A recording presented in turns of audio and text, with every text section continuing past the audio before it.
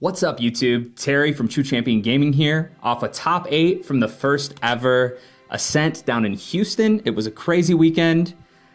You've already heard that. There's going to be tons of content on that. So today we're going to focus on a deck list for you. And this is an exciting one. And it's actually the competitor who knocked me out of top 8, Jimmy Lee, on his Fire Aggro Lorraine. This list is pretty sweet. I'm excited to share it with you guys. So let's get right into it. Obviously, we're on that Fire Spirit. And we've got our level 1 and 2 Lorraines. We're not going past level 2, and usually we're utilizing that level 2 either to draw a bunch of cards from aggro decks we're fighting against, or to set up our big kill turn. We play the Sword of Seeking, as well as Sword of Adversity, and lastly, Drawn Blade. Drawn Blade, sometimes we gotta grind a little harder, draw a couple extra cards, or get rid of some of those dead cards in our hand to reset and get ready to set up our big kills. Sword of Seeking is kind of our standard sword that we're going to utilize. It helps us kill dream fairies, maybe if they hit some of our allies. It gives us that true sight, but also it has 2 durability, which is super solid. Sword of Adversity in this deck is actually insane. This card can set up some extremely fast kills, very powerful turns as early as turn 2. And we'll go into that as we get into some of the cards. So we're not quite to the deck list. Let's finish the material deck. Now some of the flex cards. We play Smoke Bombs. Utilize this to get through blockers. Really good when we set up our big swings with Lorraine, our Rendings, our giant fiery momentums, or in some situations even to protect our own Arthur or another ally. We have Tithe Proclamation as our other flex spot. This is to fight against a lot of the Merlin decks that you're going to see that are drawing tons of cards, or to help fight against Arcane Rye. This card for us on Swarm Lorraine was absolutely insane in the main, and it looks like Jimmy went the same route. Lastly, we have the best cards in aggro, in my opinion. We have all 3 baubles and our 4th bauble, the Grand Crusader Ring. We play all of these in the main so that no matter what the matchup is, we always have 2 free draws. That is huge for an aggro deck to make sure that we keep our hand full, keep ourselves ready to react when we need to, but most importantly, to set up our kill turns. So that is going to be the material deck, and I'm going to jump right into the deck itself. This particular build actually plays a ton of allies, which is really, really cool. And so we're going to break down some of that package. First, we have Arthur. This is one of my personal favorite allies in the entire game. I wish we could play this in Wind, but if we did, that would be absolutely insane because we have Phalanx Captains and other things, but this is basically their Phalanx Captain. Arthur gets to come in. If I do it turn 1, I get to make him immortal. I mean, you can do it any turn, but it's really solid turn 1 play. He costs 4 to play, but he gets to come in, and on enter, you may rest him. If you do, he gains immortality until the beginning of your next turn. And that means he cannot be killed. And as long as he is rested, other allies you control get +1 attack. So this can set up some really big swings and put a lot of pressure on quickly on our opponents. Hasty Messenger. I don't think she needs much of an introduction. This card lets us set up, it lets us dig and cycle, it lets us put Floating Memory into the yard. It does everything that we want in this deck because we play a lot of fire cards that we need to dump into the yard to utilize our graveyard to do huge damage. And Hasty is one of the best ways we can do that. We play 3 Strapping Conscript, which this, for us, once we're level 2, is a huge beat stick for 2. She's a 2/1 for 2. But class bonus level 2+, she gets +1 attack and +1 health. So then you get a 3/2 for 2 that gets to come in. And if you have an Arthur on board 2, it's swinging for 4. It is a brutal, brutal ally that can do a lot of damage in a hurry. Speaking of allies that can do a lot of damage in a hurry, we play 2 Blazing Bowmen.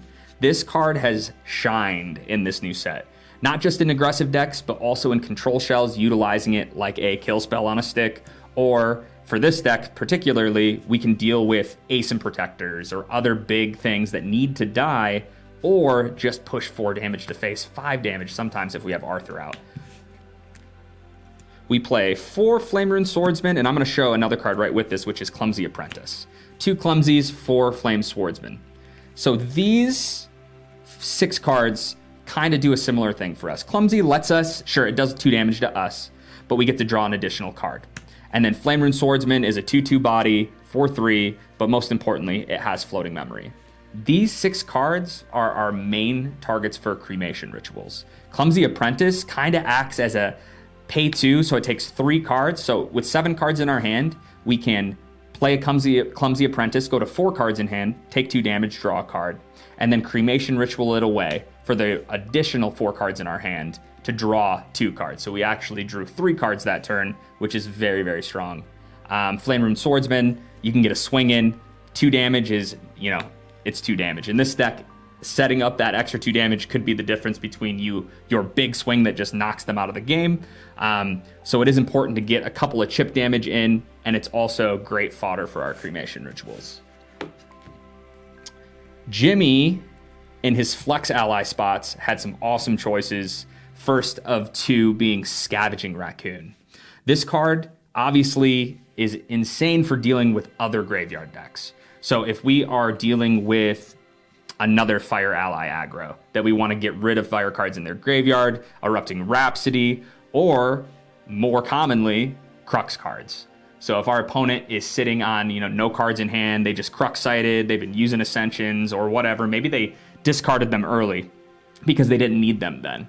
Well, Scavenging Raccoon can just eat those bad boys up, and then he is great fodder as well for those cremation rituals. Lastly, and probably one of the more important cards in this deck, is going to be Broken Acolyte.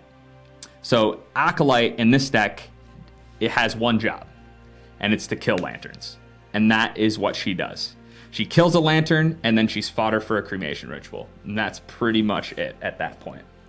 We don't play Crystal of Empowerment, and we don't play level 3 Lorraine, so we don't get to get her level 3, she gets 3 attack bonus in this particular build.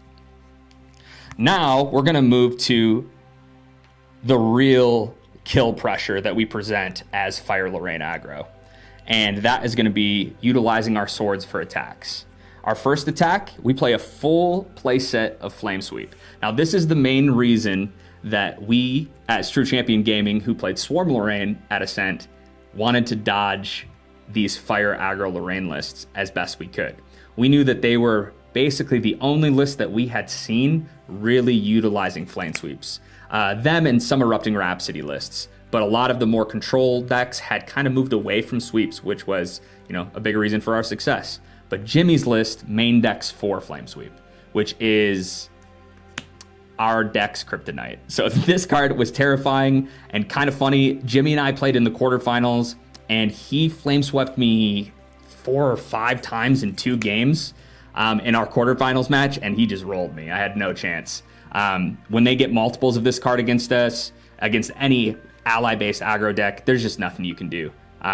So this card is very strong against the Swarm type of decks.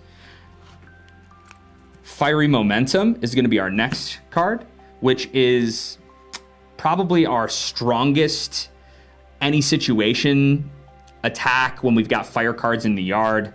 We don't have to necessarily commit like we would with, I'm just going to bring out Rending Flames with this because I think these two kind of go hand in hand.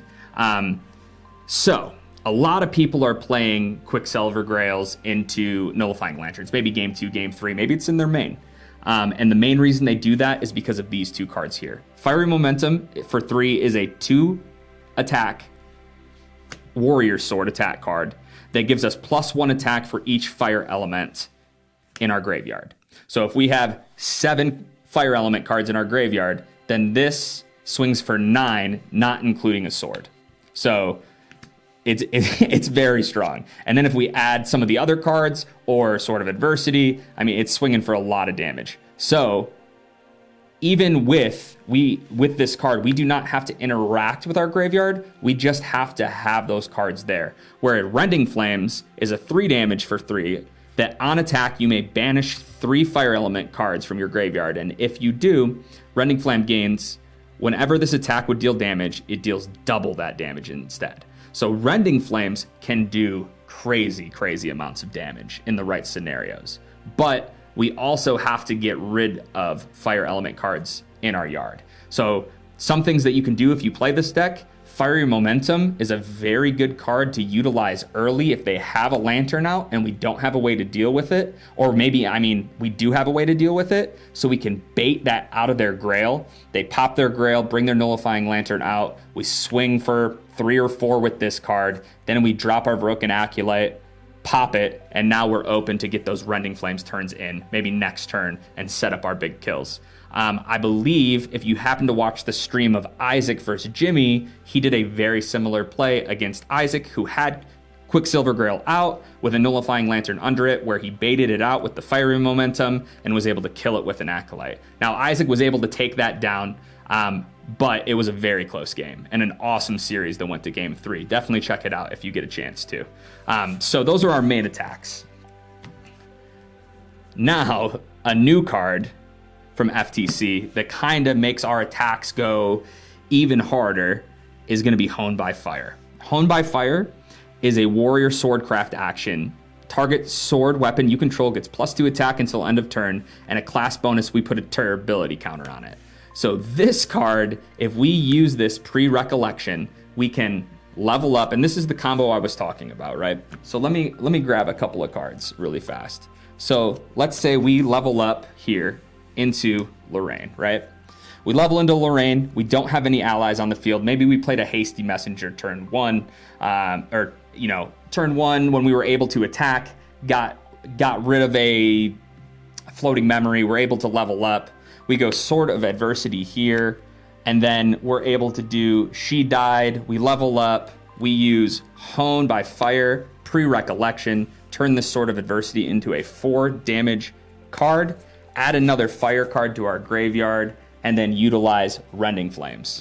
And with Rending Flames, after Sword of Adversity was honed, now this is swinging for 4, 5, 6, 7, doubled 14 on turn 2. That is a huge swing. And obviously that's a very, very specific combo, but it is a real combo that does happen and something you have to respect when you play against this deck. It can do a ton of damage out of nowhere. So Hone is one of the reasons why that happens. This card, actually, when I initially in our review looked at this card, I gave it a lower rating than it deserves. I think this card is actually incredibly powerful, not just in aggro lists, but in all lists that can utilize powering up and adding a durability counter to a sword for a turn. So that card really surprised me. And I got to see firsthand some of the stuff that Honed by Fire can do with Flame Sweeps. So lastly, when we need that just extra little bit of damage, maybe we swung with a honed sword and we hit them for 14, but they've got 1 life left, right? Blazing Throw. Blazing Throw is going to let us get rid of that last sword that we have to do that little bit of damage. And it's to target unit as well. So when we play it, we sacrifice a weapon, we deal 4 damage to target unit. We can kill Ace and Protectors, Gildises, Betavirs, anything we want, or we can just go face with it and hit them for an additional 4. Very strong burn spell out of this deck. And since we're moving into the spells, let's talk about some of the bread and butter that lets us fill our graveyard and tick. First, Creative Shock. No surprise, probably the best fire card. You're going to see upwards of 4 of these in any fire deck. You get to draw 2 cards and discard 1. We're not a mage, so we don't get the shock ability to do 2 damage, but we don't care. This card allows us to put 2 fire cards into our graveyard, turn 1 quickly. Very, very strong. I don't think it needs much of an introduction. Cremation Ritual, you've already heard me talking about it. This, we sacrifice an ally, we draw 2 cards. Pretty straightforward. It puts more fire cards in our graveyard, it draws us cards. Everything we're trying to do. Cycle through our deck, get the kill cards we need while filling our graveyard with fire element cards. Tempered Steel. This is basically just a floating memory. We can play it every now and then. It's actually not a bad play to put. Maybe we want to put another durability counter on our adversity so we can swing a couple times with it. It does see a little bit of play, but mostly this card is getting discarded with Creative Shocks or with Hasty Messengers so that we can level up or bring out things like Drawn Blade. Now, the last 2 cards in our main deck, Varuk Smoldering Spire. Some of you love it, some of you hate it. It might get banned, who knows? This card is very unique, and it's the only card in the game that can really do this. This is a unique domain that when it is on the field, damage dealt by fire element sources you control can't be prevented. Because we are a fire spirit, all of these attacks are fire spirit. When we utilize rending flames, we use our fiery momentum, all these things, there's no way that they can prevent it. So they can't Veiling Breeze, they can't Resolute Stand, they can't utilize any of those really powerful control tactics to stay alive because this card makes it impossible. So that's the main deck, and now we're gonna go into the sideboard. So I'm gonna go over the main deck sideboard cards first, which we have an additional Clumsy Apprentice. This comes in when we need to grind a little harder. We're playing against a slower deck, maybe an Arcane Rye or somebody who's not going to really be interacting with us. We need to draw more cards, we need to move a little faster, and we're not really worried about the 2 damage it's going to hit us, because if they get to a point where we're dying, like a Wind Merlin, we're dead. We got past that point. So just another Clumsy to help us draw and dig into our deck a little bit quicker. We play 2 Sparklights. Card is very, very strong against 2 things that I can think of off the top of my head. A, it is a way to deal with little blockers and other aggro decks that are playing things very quickly. But most importantly, something that I loved from the first set and the meta there was when water decks would try to utilize things like, Water Barrier, or Arcane Rise tried to use things like Spell Shield Arcane. You let those defensive cards resolve before your big damage goes through. You Sparklight them for 2. Their bubble gets broken, and then your big damage hits them for full value. And that is something that's really cool that you can do with Sparklight in this deck. And then Jimmy plays 1 Resolute Stand, and this card is just insane value for what it is. There's one thing that I've learned playing other card games is when you can play cards for free, they're probably pretty strong. And if Ascent is anything, there was a lot of this card in main decks and sideboards across all archetypes. So if a target unit would be dealt damage this turn, prevent 3 of that damage. And if you're level 2, you can activate it for free at the cost for skipping your next draw phase. Good against other aggro decks, insane against Onsol. Really just a powerful card altogether. And then the last 4 cards in our sideboard are all material deck cards. Terrafring's the first one. This is pretty straightforward. If you're against another ally aggro deck, or honestly anything that plays allies that's going to swing into you to even try to trade for your allies or race you, this card is a great card that you can bring in for one of the baubles that are no longer in the element that you need. So Terrafring is a solid card that can come in against most decks. Next, we have Viridian Protective Trinket, which this card obviously is an incredibly strong card against water players. During your turn, water element cards your opponent activate cost 2 more to activate. If we're afraid of counterspells, because a lot of times on our kill turn, we are dumping our entire hand to do that kill, to do the most damage that we can and utilize our home by fires and our rendings, anything we can. This card makes it so they have to have 5 cards in hand in order to cast 1 Frostbind. That's the main thing for it. And I mean, anything else they try to do, maybe they wanted to fracturize our sword or something like that at fast speed, they don't get to do it. Orb of Regret. This card I love. I'm a huge fan of it. A lot of people really dislike it, but in this deck, we play cards that are backbreaking. For instance, against Swarm Lorraine. Let's talk about that again. Jimmy brought this in against me, and I know it was, hey, if I don't draw a Flame Sweep, or if I only draw 1 Flame Sweep, I might bring my Orb of Regret out, get rid of 3 cards that don't really matter, and dig for those Flame Sweeps. Orb of Regret is a very powerful card. Lets you shuffle up to 3 cards from your hand into your deck, then draw that many cards. The biggest thing is watch out for those tithes, because this card, this can hurt you if you tithe correctly. So Orb of Regret, really strong. I really like it in this deck to dig for those answers when you need them in a tight pinch. And lastly, we have another sword, Warrior Longsword, just a great value sword. For 1 cost, it's a 1/2 sword that gets an additional attack if you are a warrior, which we always are. So if we need another 2-power sword, like a Sword of Adversity, we have Warrior's Longsword. We know that that's going to be very good at trading or maybe going for those kills quickly, Warriors Longsword is a great option. So I want to give a huge congratulations to Jimmy for finishing top 4 with this list. This list is awesome. I hope that you guys take a look at it, sleeve it up, and give it a try. It's really cool, it's really fast, and it can flex to what you need it to. A fun fire deck that doesn't go all the way to the advanced elements. Now, a couple of announcements that I want to say before we end this video. First off, for our Patreon, we've got coming up next week added benefits to tiers, which will, if you already are a member, you're gonna get those. You're gonna get those added benefits no matter what. And if you do decide to come and join our Patreon, obviously you're going to get those too. So we're going to be adding exclusive series, podcasts, articles, all sorts of awesome stuff. So stay tuned there. We're also going to be launching next week our website. And on our website, we will also be launching our merch. So if you want to get some True Champion Gaming merch, like this playmat you see here, maybe the t-shirts you saw us wear down at Houston Ascent, the blue shirt squad. We also have stickers, and there's going to be tons of other fun stuff that is on there that you can pick up if you want to support us and help us continue to create content for you guys.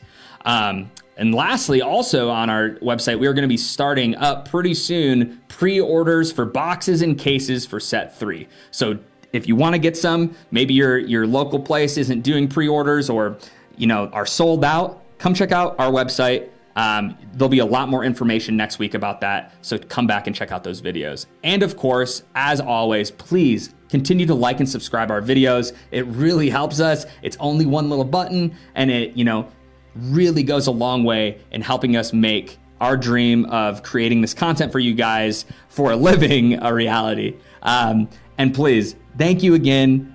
I can't thank you guys. I mean, I've said it a million times, but I can't thank you enough for all the support, all the awesome messages that I've received and the team has received since we've gotten home. It was really an unbelievable experience. We loved meeting all of you guys, and we cannot wait for the next event. So until next time, this is Terry signing out. I'll catch you. Take it easy.